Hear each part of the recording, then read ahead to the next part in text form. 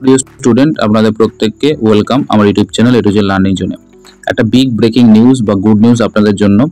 আপনারা যারা ইউজি কোর্সে অ্যাডমিশন নেওয়ার জন্য ওয়েট করছিলেন, নেতাজিতে কবে বিজ্ঞপ্তি প্রকাশিত হবে, দেখুন এখনো অফিসিয়ালি কিন্তু বিজ্ঞপ্তি প্রকাশিত হয়নি, তবে একটি বিজ্ঞপ্তি কিন্তু প্রকাশিত হয়েছে সংবাদপত্র, দৈনিক যে সংবাদপত্র অর্থাৎ যে নিউজ পেপার বেরোয় সেখানে, এবং সেখানে তারা উল্লেখ করে দিয়েছে যে কবে থেকে ভর্তি প্রক্রিয়া শুরু হতে চলেছে, এবং সেই সাথে আরও কিছু সাবজেক্টের কথা কিন্তু উল্লেখ করেছে, এবং সেই সাবজেক্টে কত পার্সেন্ট মার্কস থাকতে হবে বা কি ক্রাইটেরিয়া আছে, এই বিষয়গুলো কিন্তু এই নোটিশটাতে দেওয়া আছে।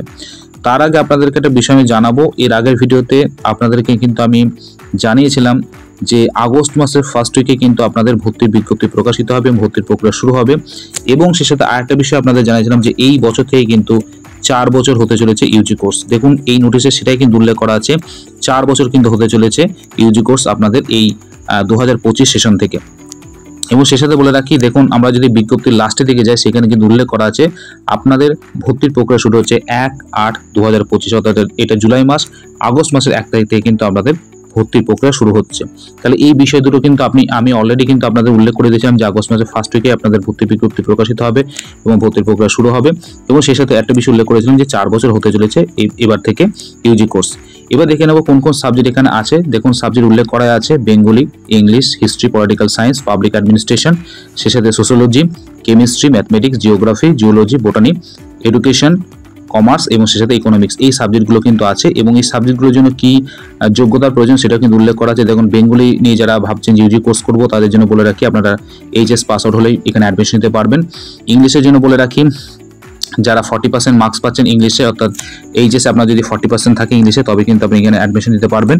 এবং সে সাথে history, political science, public administration এবং সোশ্যালের জন্য কিন্তু জাস্ট আপনারা এইচএস পাস আউট হলেই কিন্তু আপনারা এখানে ভর্তির জন্য আবেদন করতে পারেন।